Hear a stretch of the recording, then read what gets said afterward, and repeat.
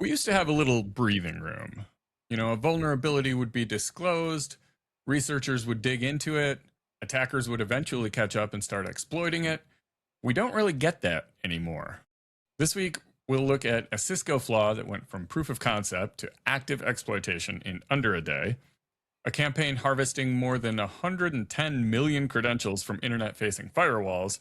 We'll sit down with Shad Malloy to talk about building an open source protocol fuzzer and where AI actually helped him, and wrap up with the return of Fable and the emergence of China's Tulongfeng and what that tells us about where offensive AI is heading.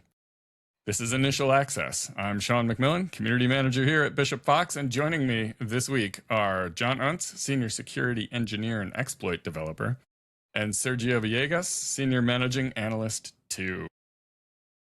Gentlemen, thanks for joining. Yeah, thanks for having us. Now, before we get into the headlines, let's take a quick look at what's happening around Bishop Fox and the security community. SummerCon is coming up July 10th and 11th in Brooklyn. Shad Malloy will be presenting his new open source Sparkplug B fuzzer, and we'll actually hear more about that later in today's episode. If you're attending, stop by and grab some pizza, say hello. Then on July 16th, we'll be at the Boston Security Meetup, where Ori Ziganderi will be talking about continuous threat exposure management and what CTEM actually looks like in practice, how organizations are moving beyond traditional vulnerability management. We'd love to see you at either event. Now let's get into the stories. This first one from Dark Reading. Cisco disclosed a critical SSRF vulnerability in Unified Communications Manager on June 3rd, one that lets an unauthenticated attacker abuse the web dialer service to write files to the underlying OS and ultimately escalate to root. Despite a CVSS of 8.6, Cisco rated the security impact as critical because of that root level outcome, and public POC and a full exploit chain from SSD secure disclosure followed within days. Threat intel firm Diffused reported scanning activity that morphed into live exploitation roughly 24 hours after the POC went public, with attackers abusing the SSRF to stand up a rogue Apache access service that writes a first stage JSP file writer, then drops a second stage command shell. CISA has since added the flaw to its KEV catalog with a June 28th remediation deadline. Exploitation depends on web dialer being enabled, which isn't the default, but organizations that turned it on for click-to-call functionality should assume they've already been scanned. This is that we are always talking about that window, and it's just shutting further and further. This one closed in under a day. So, I mean, how do we rethink what fast enough looks like? I feel like we have to reassess this every week, Yeah, and this one's kind of an interesting one, anyways, because like you said, there's like a window of time between when Cisco came out and disclosed, hey, there's something vulnerable. They put in an advisory. They didn't give a lot of details. They just, they did note that you needed web dialer exposed or enabled rather, and it was a few days later that the original reporter disclosed it through and provided a proof of concept and whatnot. I actually, myself and another member on our team, we actually did a deep dive on this vulnerability in order to try to reproduce it before the original disclosure came out. So I got to know a lot about the underlying tech here for this particular device. And so first off, to answer the fast enough question, this one is a little more unique because there was an even further heads up before the proof of concept hit, right? So now attackers that are looking at these devices, they're using that time probably to develop their own fingerprinting and scanning for, trying to figure out if a device is vulnerable without even knowing how to trigger the vulnerability itself, right? And then same thing on the defender side, right?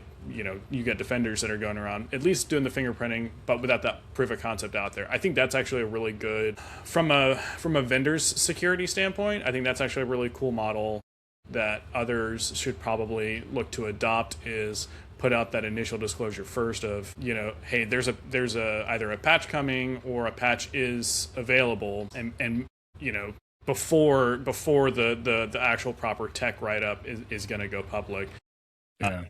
Because in this case, right, like as soon as SSD's disclosure went out, like you said, within 24 hours, I'm surprised it wasn't within an hour. Like, because that write-up in particular was great. I mean, it dove right into the actual underlying root cause. It provided proof of concept code to exploit it.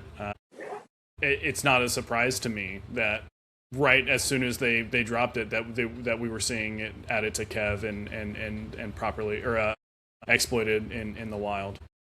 And I think you touched on a very critical point, right? Like, it is good that Cisco gave some sort of like heads up.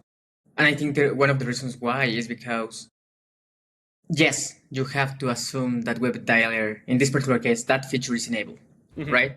But because of the type of system and integration you should do with this specific component, it's highly likely that you have that enabled. So it's like, kind of, you purchase the thing to enable that feature because you need to do that for like conference rooms and things like that to integrate those into your workflows. So it's like you almost have that ready. And the other thing is like for the defending teams, right? Like you mentioned at the initial of the podcast, like we used to have a breathing room, and that breathing room was like the security teams only had to protect certain things, right? Like the critical assets, the servers. The rest was kind of not necessary. It was still important, but they had time to focus on the servers, on the mainframes, on the actual things that they were hired to protect. But now they have to protect everything, right? Yeah, they have to crown jewels everywhere. Yeah. And having root access in any point in your network is basically dead, right? And these type of systems are very particular because you can also integrate with your identity manager because you want to have identities attached to your communication systems. So it's likely that you have some sort of like access, Active Directory sort of situation integration. So root access to a system like that, probably a bad thing, right? Right. So so now your security people have to be experts at and this specific type of Cisco communication devices, also Linux, also Macs, also Fable, Mythos, right? Like everything. Yeah. What do you think is the differentiator between when exploits like this can pop up this fast? What differentiates the organizations that successfully manage that versus those that might struggle? Yeah, I think it's number one is speed, right? If you're an organization that struggles with like change management boards that don't fully understand the difference between, you know, a quality of life patch versus a security patch, and you're holding patches back for compatibility reasons, you know, those things are understandable from like a business management or business operations standpoint. But we are, in my opinion, we have gone well past the line on, you know, security patches specific. Those need to be like first and foremost, like that. Those just need to get applied because we're seeing more and more often where, you know, you'll have widespread exploitation of something because people just weren't applying these patches, and it's not like the info's not there, right? Like I said, in this case, Cisco gave plenty of time to like give a heads up that, hey, this is, you know, the write-up is forthcoming. You have time. You're gonna want to do this, though. Yeah, you're gonna want to do this, right? It's I think it released at like a 9.8. I can't recall off the top of my head. Maybe it was lower, but either way, like anything that involves, you know, the words like, you know, command injection or, you know, auth bypass, anything of that nature, like everything else needs to just kind of hit the pause button as far as the operations go, and make sure that you have these types of patches applied. And like that's my biggest takeaway here is like I don't necessarily know of, you know, any particular organization that's holding security patches, but I know it's a thing.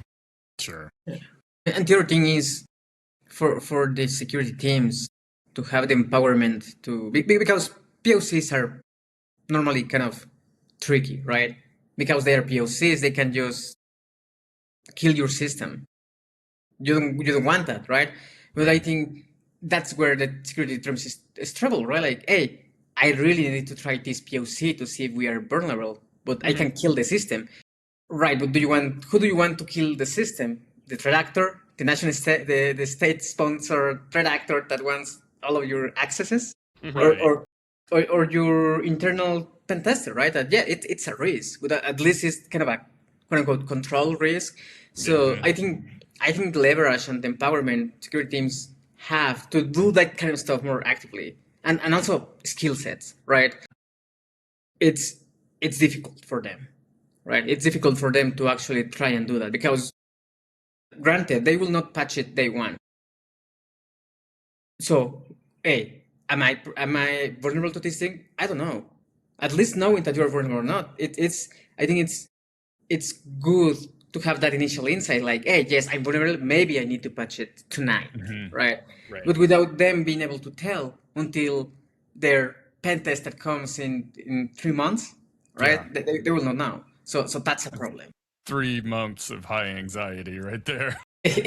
Right. Yeah. So, Sergio, I'm actually curious. Do you know, like, from like your experience, is it like I have a different picture because like I don't typically end up in the customer side of networks. Is it, in your experience, like, is it common for organizations to have like I guess not a lab is not the right word, but like a you know, on the programmer side, it's like the, you know, the dev Danger and prod room? environments, right? Yeah, the danger room, that would be excellent. No, right, like some place that they like are is it common practice for organizations to test patches in essentially like a dev environment before pushing it to their prod environment? I think that's a good question. Normally, what I've seen in the industry is, one, it depends on the size of the company. Normally, medium, large companies, yes. Very small companies, really hard, right? Because Right. it's resources are thin. So Yeah. having a dev environment it's costly. Yes. And the second part is depends on what systems, right? Sure. A medium company can have stage dev environments for their own Mhm. platforms that they develop, but not Right. for a Like Cisco a device that hardware. having Yeah. like I don't know, I'm thinking like common vulnerabilities we are seeing every week, right? Like your Fortinets, your Palo Altos, your Ciscos. Yep. A box of those that cost 100 grand, right? Yeah. Yeah. So having to spend 200 grand just to test if something, it's very intricate. It's very Right. hard. Right. So even in large organizations where they do have the resources, they don't do a one by one clone of everything on their Right. network. So Right. so even if that's why, even if the answer is yes, they have a dev environment. Okay, for their Cisco unified communication systems, I doubt it. Probably not. Right, like it will be really hard. Yeah. Yeah, Yeah. it's a very tricky answer. Let's move on to this FortiBleed business from SC Media. FortiBleed campaign steals 110 million credentials from FortiGate targets. SOC radar? Is that how we say that? SOC radar? SOC radar? Yeah, we'll go sock radar. Let's go SOC radar. The latest report on the FortiBleed campaign puts the scope at more than 430,000 internet-facing FortiGate firewalls targeted since at least February, with over 110 million credentials identified across protocols including Radius, NTLM, and Kerberos. The attackers, assessed as a financially motivated Russian-speaking initial access broker, no relation, run a 5-stage automated pipeline, mass scanning with MassScan and Shodan, SSH brute forcing at high concurrency, and a custom Golang tool called FortiGate Sniffer that abuses FortiOS's own diagnostic command to passively capture authentication traffic off the wire. Victims skew towards small and mid-size IT service providers, but confirmed casualties include a NATO-aligned defense contractor from which data was reportedly exfiltrated.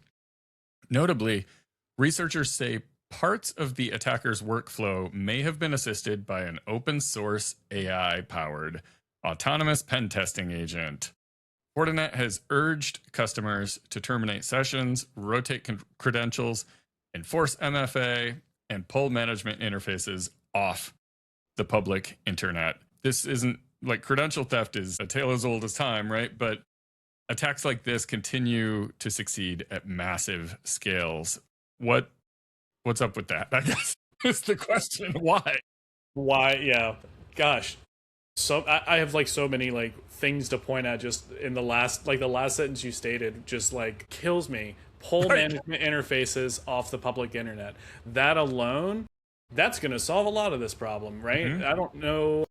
I can't imagine a scenario where where the correct model is to put your management network internet facing. Like I'm other than like I can understand for like cloud services, like that's like that's a risk you have to accept in those cases, sure, right? Yeah.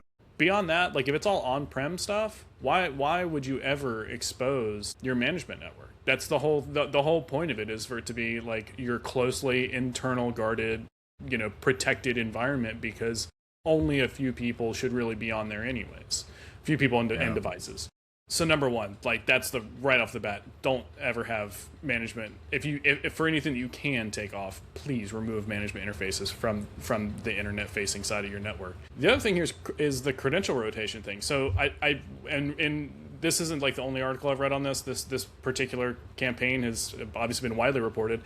Mm-hmm. Yeah. Not other than like the FortiGate sniffer, nothing really mentioned like, hey, they exploited this CVE or they developed this ODE. They were just using the tools the way that they were designed to be used. Yeah. And to me, whether or not that's a design decision from the vendor or whatever, that's here nor there, right? The point is, if this entity, this Russian-speaking initial access broker, whoever that could be, has been operating this for any amount of time, we'll just say like more than 3 months, why are your credentials still stale after 3 months? Yeah. Right? Yeah, something happened there. Yeah, I think for starters, I think organizations, just the same way that I tell my mother that doesn't use computers all the time, hey, you need to change your passwords every so often. The same thing goes for security individuals and for network management individuals. You should be doing the same thing with your own networks. Yeah. And I always cringe a little bit when part of their advice is use MFA. Yeah, because that's... Yeah. Yes, right. Yeah, of course. I hate that we have to say that again, but it solves a lot of problems. It's funny.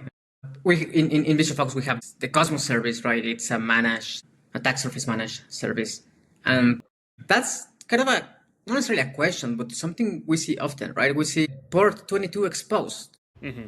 By itself is not a vulnerability. Having your admin panel, your admin ports, that kind of stuff to the public is not a vulnerability. It's a weakness, and that is important to differentiate, right? As John just mentioned, they did not necessarily exploit a CVE. They are using the tools, right? So, and the recommendation we give is, it sounds very generic, right? It sounds like change your password very often, and it sounds just take it off the internet, right?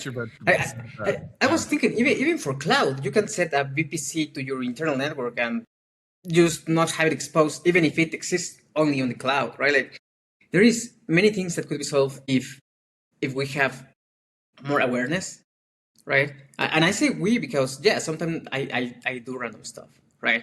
Like let's go even smaller, right? Like all of the Windows users, whenever they have a new program installed, sometimes there's a pop-up that says, hey, this software wants to communicate with the network. And what it's basically doing, it's a network rule to allow inbound and outbound connections on that specific piece of software, which is exposing a port. And most house network configurations have a explicit NAT forwarding, so that the port will be exposed to the internet by default. But we are not reading that. We have not that level of awareness to be like, and the problem is that the software by itself is not letting you know, like, hey, I'm actually exposing a port. It's using like fancy, weird wording, and this type of devices, I bet they are the same, right? Like, hey, you should read the manual on recommendations. And on page 400, it will be like, don't expose to the internet. But people are not reading that, right? So it's like, who is really to blame here? Maybe Fortinet should not turn that on by default, having admin stuff on public. Like, it should be smart enough to detect, like, hey, unless I'm on a type C network that is on internal network, don't allow any connections. I don't know. It's kind of an idea there for vendors, right? Like, don't do that by default. Yeah. What do you think when organizations just kind of along these lines, when they evaluate their external attack surface, what pops up as a surprise regularly? Well, hopefully, like Sergio just mentioned, hopefully SSH being open is a surprise. Or I guess maybe not. Maybe if they know it is, that's probably better. I guess that's more I think about that. But as soon as I said that, I was like, well, wait a minute. It's probably better Yeah. if they know that port 22 is open because hopefully they're managing it in a good way. They're There's using a keys reason. only Yeah, or something, yeah, exactly. right? But like, yeah, I think it's probably going to be just like they're probably surprised at the volume of services that they have exposed, right?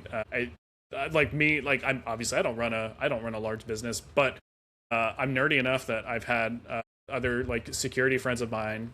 You know, I plug a new router in from my ISP or whatever, and I'll ask a buddy of mine, hey, here's my new public IP address, scan it for me because I don't I don't know what's listening on the other side of that, right? Especially if it comes, you know, pre-configured from the ISP.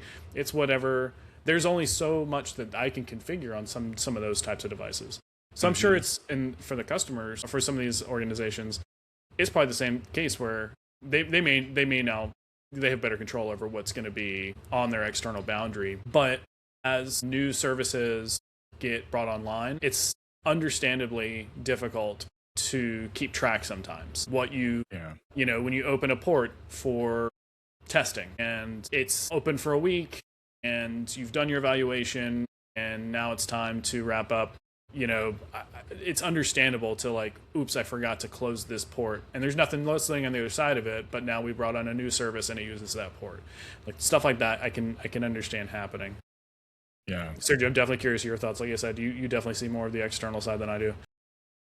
Yeah, 100%. I think you are on the right path, right? Like they are not surprised of finding something open because normally they are like, hey, if I have anything exposed, I want to know, right? Like I don't know everything. I think they are surprised by where are these things placed, right? Like, hey, that's a very random thing to be open on port 22. Even if 22 is not that relevant because it could be well managed, right? And I think it's more about like things that have default configurations that those are those are really surprised, right? Like when you think about like DNS is very harmless, right?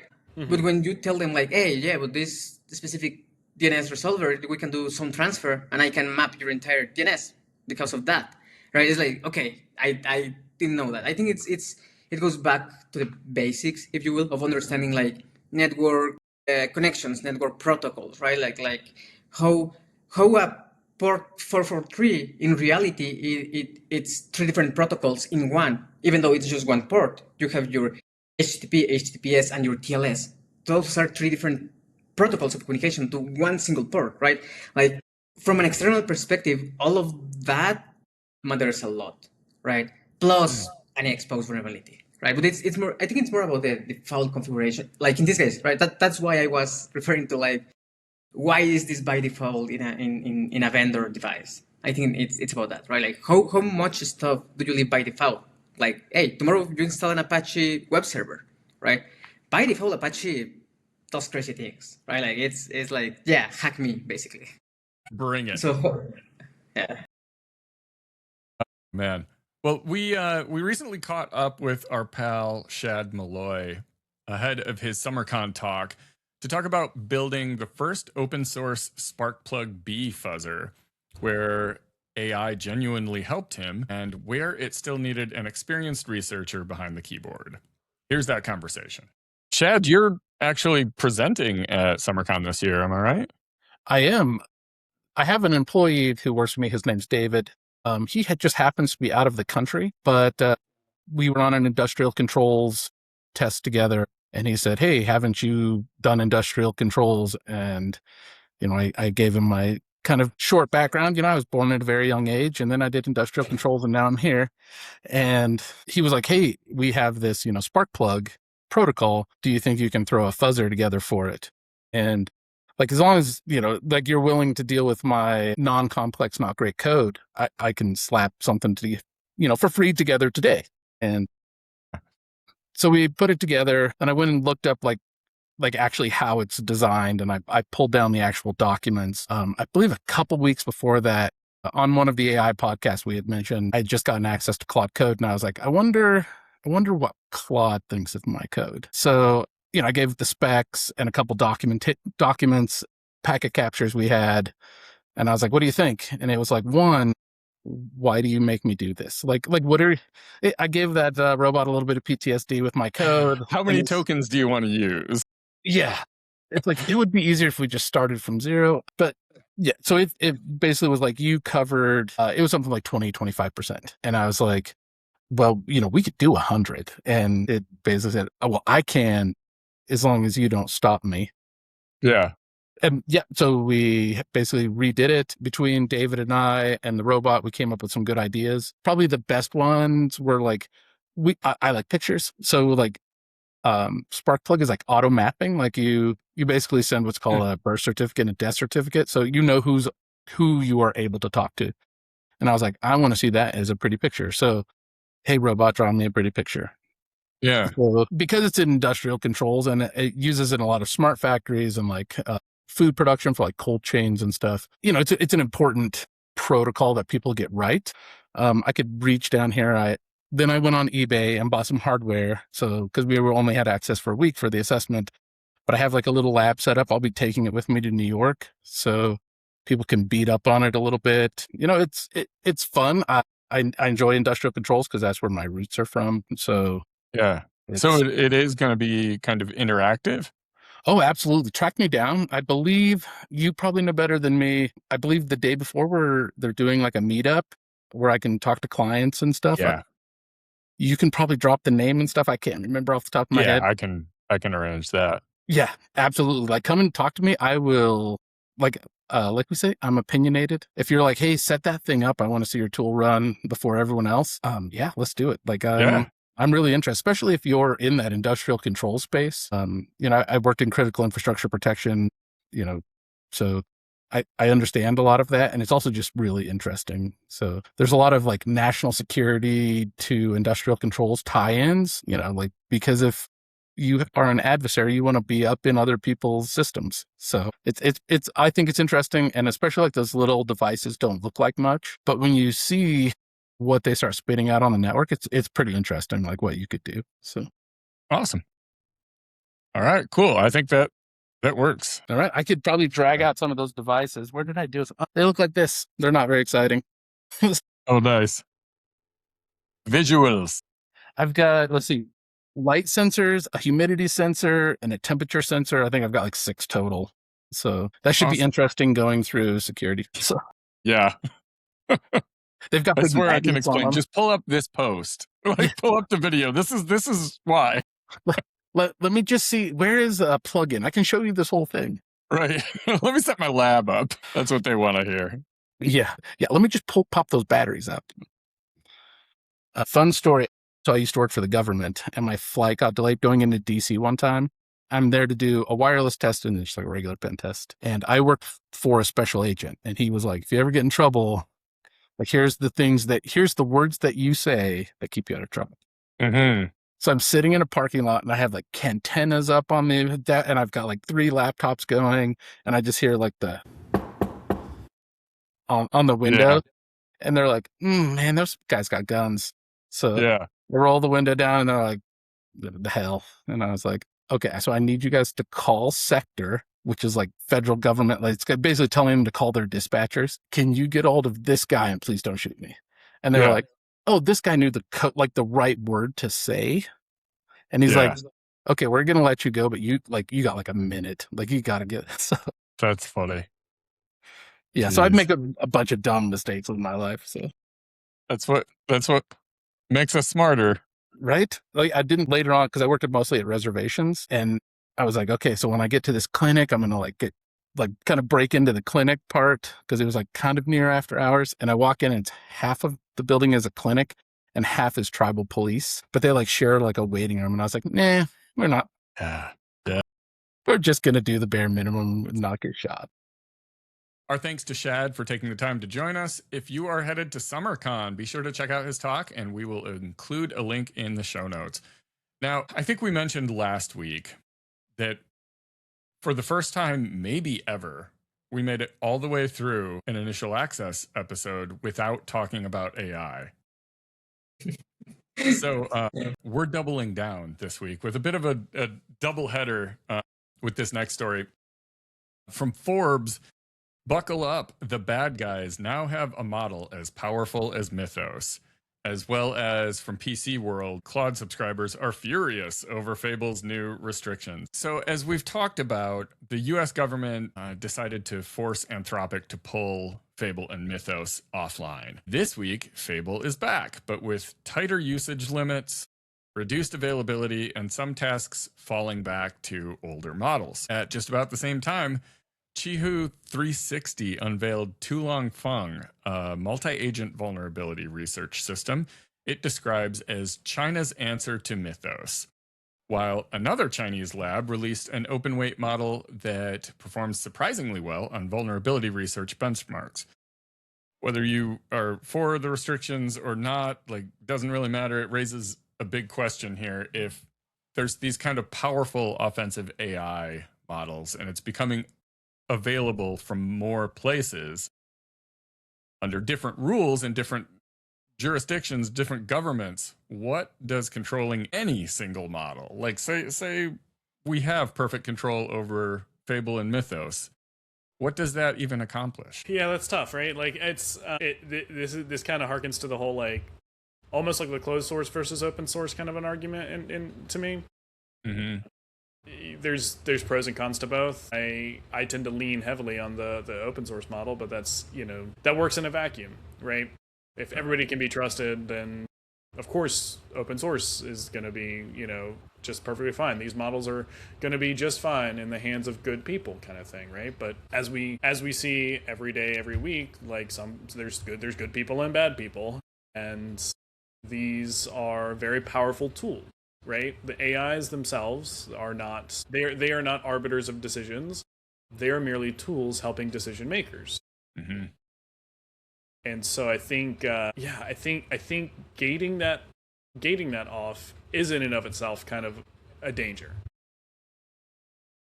Because it gives gives the people that only a select group of people having access to that, it creates that kind of that exclusive feedback loop, if you will, of the only people that are gonna either see a problem with the model itself or find new and novel ways to use it, or are just gonna be if it's just this kind of tight-knit group, you're losing those maybe other voices that could shine a light on. There's this one problem that the other people wouldn't have seen, for lack of a better way to say that, I guess. Yeah, it's the open source model. It's collaborative, and it's ideally for the betterment of everyone. Everyone shines when we share, right? But right. It's also the inherent bias that is creating to all of the vendors that are within the project, right? If you are not a vendor, you are missing out, right? You're literally missing out on something, and because of that, your product can be less secure because of that situation. And I think that's where, and I agree, right? That's maybe where this open source mindset could help, right? Hey, what if instead of gatekeeping, we just set a scope basically everything, right? And the problem is that who is deciding that? It's a double-edged sword, basically, right? Because thinking about I understand, right? I don't have the details, but I understand that certain regulations in China, it's why they have to gatekeep, and kind of the government kind of not necessarily controls. I don't know if controls is the word, but basically oversees the operation of it. But it makes sense, right? They want to protect their assets. They want to be really cautious about what they have. So that part also makes sense, and I think it's also fair because a lot of their citizen-related services are very owned by the government, but are digitalized, right? Mm-hmm. So of course they want to protect that. Of course they don't want anyone hacking or leveraging that, right? I can see that point of view. Mm-hmm. So I don't know what's the solution, but definitely I think didn't OpenAI have always asked hey, someone should regulate us because we can do whatever we want right now? I've heard Anthropic say that in the past. Yeah. OpenAI may have as well, but right. Yeah. And I think that's, I don't know if that's a solution, right? Regulating them, but maybe different types of guardrails that is not pulling out the model from the shop. It's almost like a leak in a boat where you can plug it and say, okay, Anthropic, I'm really putting you in a cage here, Mm-hmm. but then Yeah. someone else develops something like this, and Yeah, I think there's nothing you can do about a Chinese state AI. We can't right, stop that, right. We've and got it's going no to pop up control in more over that. places. Yeah, no, I think that's interesting. That's probably like the framing of it as like an arms race, right? Mm-hmm. Is kind of proper in some ways, right? Because like you said, as soon as we took Fable, we being the United States government took Fable offline, right? How much how much longer after that was it that Tulongfeng unveiled their model and Yeah. the ZAI open sourced their model? And it like these are fast moving technologies. Mm-hmm. We are almost hindering ourselves. Like I understand, like I get the hesitancy on like the U.S. government side to start implementing export controls and stuff like that. Totally get it. That's within their bounds. Agreements here nor there, right? Yeah. But at the other side of that coin is who are you actually hindering when you pull some of that back? Are you hindering your adversaries or are you hindering yourself? Yeah. And I think the real victims are the much smaller organizations that maybe don't have a security team and rely on something like Fable to like, hey, help me with this, right? Like they lost that because it's 100% cheaper to have a model that was kind of designed for this or have this purpose within their even with the guardrails, right? It's cheaper than hiring a full team of security consultants, right? Like, and Yeah. in this economy, yeah, they're super expensive. Yeah. Yeah, for sure. How do you see with the emergence of these kind of state linked things, how do you see that affecting kind of continuous adversarial security testing as far as like a priority? Is that more urgent now? I mean, it feels like it is, but everything feels more urgent in the AI era, I suppose. Yeah, no, I'd agree to that. I think it's definitely more urgent. But I always think it's more urgent. I think the approach we tend to like hit this point where it's like a race, right? You finish a race, you're tired, you're winded, you want to take a break, right? Mm-hmm. Security isn't a race, right? It is a continuous marathon that there is no finish line. Every day you wake up, there are new terrifying threats in the cybersecurity landscape And we bring them to you every week. Right, and we give you the worst bedtime stories ever. Yeah. But like, I think so like one of my big pieces of advice that I've given to people before is the defense in depth model is something that sometimes gets lost. We tend to with external exposures. It's understandable, right? You shore up your external defense, and you're just like, okay, we've got a solid firewall. We've got one port open and nothing else, so we are good. Nobody's ever gonna get past this defense, and like that's fine for one type of threat actor or one type of threat in general. But that doesn't protect you from insider threats. That doesn't protect you from phishing. That doesn't protect you from social engineering. It is a cybersecurity in and of itself is a multifaceted discipline, and it needs a lot of different defenses applied to it. And in this case, with the advent of AI and the emergence of AI and it getting just better and faster, it's just making that much more real. I think we need to do a little bit better on within like security organizations on looking at the assumption that rather than dealing with rather than posturing as what do I do if I get attacked or if I become a victim. Instead, we should be our security posture should be assume I'm already exposed or assume I've already been exploited. Yeah. What's safe if somebody's already here? If I've already got a robber, it's no longer somebody is trying to break into my back door. And what do? It's assume somebody's already waiting downstairs and is mid robbing you. Like, what are they taking? What can they take? Is the data, secure at rest, for example? Stuff like that. Yeah.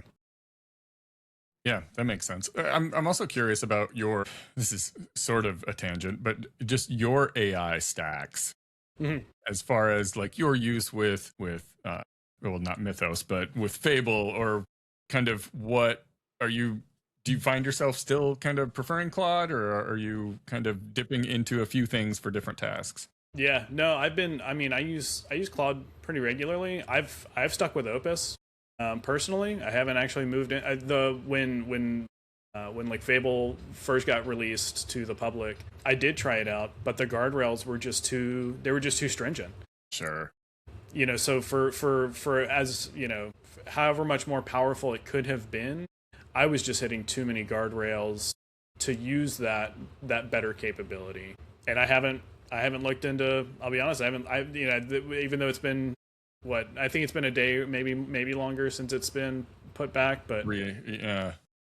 I haven't gone back. I'm going to keep chugging along with Opus. Sounds like the guardrails are even stricter this time around, yeah. So I don't think you're going to be blown away. Right, and then again, that's my use case, right? For me, like as a security researcher, right. You know, that's understandable that I'm hitting these guardrails because you know I'm quite literally handing it code and or compiled binaries and saying, hey, help me find vulnerabilities in this and just trust me, bro. Yeah, you know, that's probably the guardrail I should be hitting in this case. You know, somebody that's you know, maybe on Sergio's side, that maybe they're going to have a better experience with it because those guardrails may not be as applicable to their work. Yeah. Yeah. Recently, I've been using Cloud and Opus as well, just because the token usage of Fable, I don't like that. But the problem I hit, for me, it was different, right? Like, I don't do that much of like offensive exploit kind of thing. What I do is more OSINT related, and I hit a lot of like OSINT related guardrails with OpenAI. Actually, ChatGPT is like, no, I can help you investigate that because the privacy of whatever, right? Like, and with Cloud is more like, well, if it's public, it's fine, right? Like, I'm not asking you to like go and stalk people, companies. Yeah. So I've had a better experience. The only issue I had, I think it was like three or four initial access ago, where I wanted a kind of a quick bullets for the podcast. And Cloud was like, no, I can help you with that kind of research. I'm like, just help me get a quick brief, man. This is an article on USA Today. Can you please just break it down for me? Yeah. What's the AI equivalent of just put the fries in the bag? That's yeah, for sure. I think this kind of, that question, I think, kind of ties into this idea of if everyone starts offering these, there's going to be more and more models popping up that are capable of this kind of thing. And, a month ago, there was this sentiment of those who have access to Mythos have something we do not, right? But like it's kind of already proliferating a bit. What do you see as the differentiator once that is kind of fully realized? Once there's models everywhere, then we start looking at what, like frameworks, like workflows, what really is. I think the future of Nostradamus segment here. Read the tea leaves. I think unfortunately it really is the like model usage arms race has already been decided by NVIDIA and the memory manufacturers and the prices they're in, because like in my case, like I already have, I've already got computer equipment. I've got, I've built a computer years ago. I've got this stuff here. You know what I mean? Like I've already been investing for non-AI purposes, but just for things for personal use. And now I can also happen to use it for AI. I've got another colleague of mine who he's another security researcher in another firm who has been talking to me this week about that model in particular, the GLM 5.2. And that was the immediate response I got from him is like, this is a great model. I needed to go faster. And, but other than that, like his limitation is what does he own hardware wise? Yeah. I think that's going to be a lot of the gatekeeping for like moving forward for the open models is hosting. All of the cloud hosting is probably going to get a surge of interest as open source models start getting released more often or more prolifically. Yeah. And people need access to that hardware and don't have it locally. Yeah. And what I'm seeing is I kind of John just reminded me of like when Bitcoin started to be a trend. It Yeah. was similar, right? Like all of the Yeah. gamers became Bitcoin miners, basically. Right. Sure. Yeah. And then we started to see that it stopped being useful, and we saw the movement to like very hardware specific for mining, right? And I think the other day I was seeing a video from AMD where they released this Halo things, these little boxes. Yeah. Yeah. So I think we're going to see a lot of that, right? Like shift away from GPUs and more like a specialized AI unit that uses the tensor flows of the GPUs instead of like and the same concepts as a GPU would specialize. I think that will be the next thing. I believe we are seeing that with these things like Halo and whatnot. Mm-hmm. And the other thing is, I hope to see a lot of like new models to pop up, right? Like that's what we need. I hope I have to battle of, hey, what model should I choose? Because right now, let's be honest, right? Like, it's like Cloud, OpenAI. I know Copilot exists, right? But it's like who is really using Copilot on a serious note, right? Sure. Yeah, so that's what I'm thinking, right? Like I need to see more models. I need this specialized hardware that will make AI more accessible, and perhaps we will not have the limitations of like I depend on a country to regulate the security part to do actual security research, right? Maybe I can have a model that is open source that does that.